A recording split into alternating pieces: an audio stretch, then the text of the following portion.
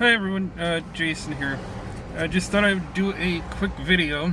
In case you had not heard, I didn't until I read it on social media, Twitter specifically, and was looking through YouTube last night, that apparently Six Flags is making changes to its memberships and season pass plans. Starting at certain parks. Most notably Magic Mountain. They're ditching the ones. They decided to make a few changes, and I don't have all the specifics. There's a great YouTube video I watched. It's about 20 minutes from Park Journey that I recommend highly. That it goes into detail. It explains the coming new names for the levels, the price structure, some of the more particulars. I'll just go over some bullet points for you here, and kind of my thoughts on it, which I do have a pretty significant thought on it. Is so basically, instead of the all-in plan where you just pay once or pay by the month, depending on what you had, they're going to switch to, and then you could go when you wanted, to plans that can. They're going to run you anywhere from $130 to $300 per person, depending on the plan you're on. And for example, the low-end plans are going to have blackout dates, and potentially, especially probably on busier days. It's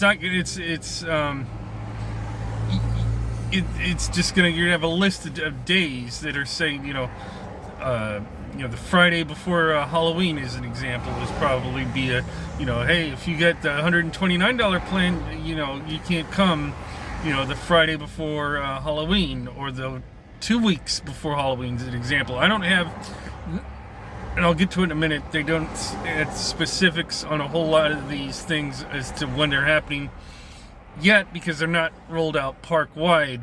Some of the other things I've heard is that they are eliminating the all-you-can-eat dine-in plan. If you had one of those dine-in plans, I have not at Six Flags, because their food is just awful, as I've told you over the years. They're doing away with those plans, so there'll be no more of that. They're going to keep some of the parks, I guess. I guess for that, in terms of some of the skip the line passes, but I've also heard that those are going to be a lot less frequent. It's not going to be like what I have now, which is show my membership and I get 2 front of the line passes per visit. That's also, I heard, going to be scaled back, so you're paying more and you're getting less in terms of benefits and things.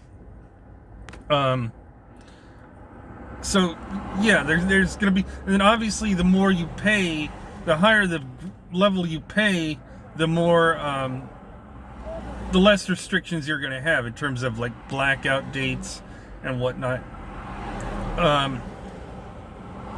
So basically that's what's happening. It's not announced yet on when they're going to roll it out at the other Six Flags parks. Like Discovery Kingdom is currently open. I'm probably going to go, now that this came out, I'm probably going to go this coming weekend. So the best piece of advice that they had, that they'd heard, is that if you have one of those memberships, especially the high-end ones, they're going to grandfather, there's potential to have those grandfathered in for who knows how long of a period of time. So Park Journey did a real good piece of advice, which is to keep your payment method current and keep your payments up to date on those memberships, because all they would need is an excuse of you missed one, or your debit card your credit card had expired or whatnot, for them to cancel your membership and just say, now you got to pay the more expensive prices for these things. So that's what I'd highly recommend, and that's what I'm going to do until until they announce what's happening, and we can figure out things. Which leads me into my main point. I've been this is kind of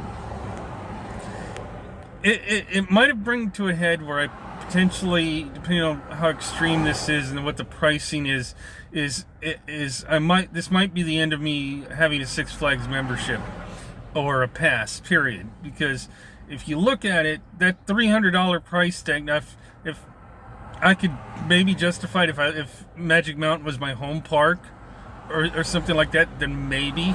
Because I love Magic Mountain. That's where I grew up. Part of my life in Southern California. That was my home park. I went there a lot as a kid. But to pay $300 for just access to, and I'm not going anywhere but Discovery Kingdom, is not the wisest use of my money. Let's just say that.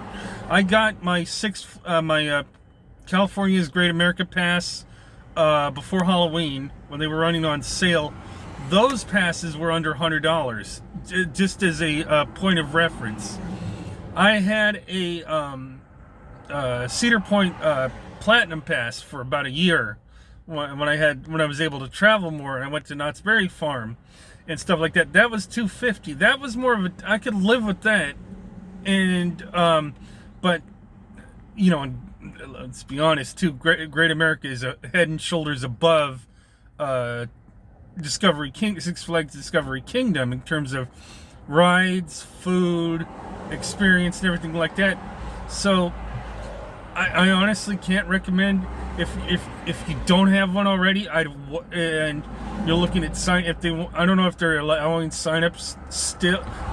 I've also heard that in that video that they are not allowing any more new signups for the passes. I don't know if that's for parks that are still staying open. If you can buy one, if you can, I would do it in a heartbeat before they change everything. Otherwise, wait till they figure this all out. I'm extremely disappointed in Six Flags management that they're not communicating to its pass holders and its members, what in the world is going on, what in terms of just basic, hey, this is a new plan, this is the rollout date, these are the prices, these excuse me, I don't have a cold or anything, it's just I just had lunch, but no communication yet, and it's as to when this is all starting for your Six Flags park, pricing, and things, because if they think that people are going to pay $300 to go to Discovery Kingdom in the current state it's in, with animals that are going away or that have gone on to other things, and subpar rides that aren't working all the time, they're nuts. They're out of their mind if they think they just don't care. I don't know, but if they think they're going to get $300, a bunch of people, families that are currently going over there on a pass or whatever, to fork out $130 to $300 for new stuff, that's not going to happen. So I really hope that something else is going to happen here. I don't know, but that's my thought. And like I said, I've been a pass holder and a / member since 2012. So this is actually the 10th year steady. I've had one every year. It was bought. My first one, I'll never forget. I bought it on a whim. I was sitting there over by which was V2, now it's the Flash, saying, hey, I heard that sitting there having a beer, and they said the announcement is like, hey, if you want to upgrade your pass to a pass for the price of admission, it's like, why not? I'm enjoying my day here, and I've never looked back. I enjoy it, whether I'm going to ride the rides or I'm just, going out to blow off some steam. But, it's one thing at the price point it was. It's way out of whack if it's going to be, $130 with blackout dates, and $300 for everything is not going to cut it, unfortunately. So I will keep you updated. Keep out looks for information in the park. There'll be another park video coming soon, probably this weekend if I can get over there. Thanks for watching my video. Take care. If you have any questions, leave in the comments section. I'll answer them if I can. But this is all like new to me. It's currently the 19th of January 2022, so that's where it stands as of now. So take care and thank you for watching.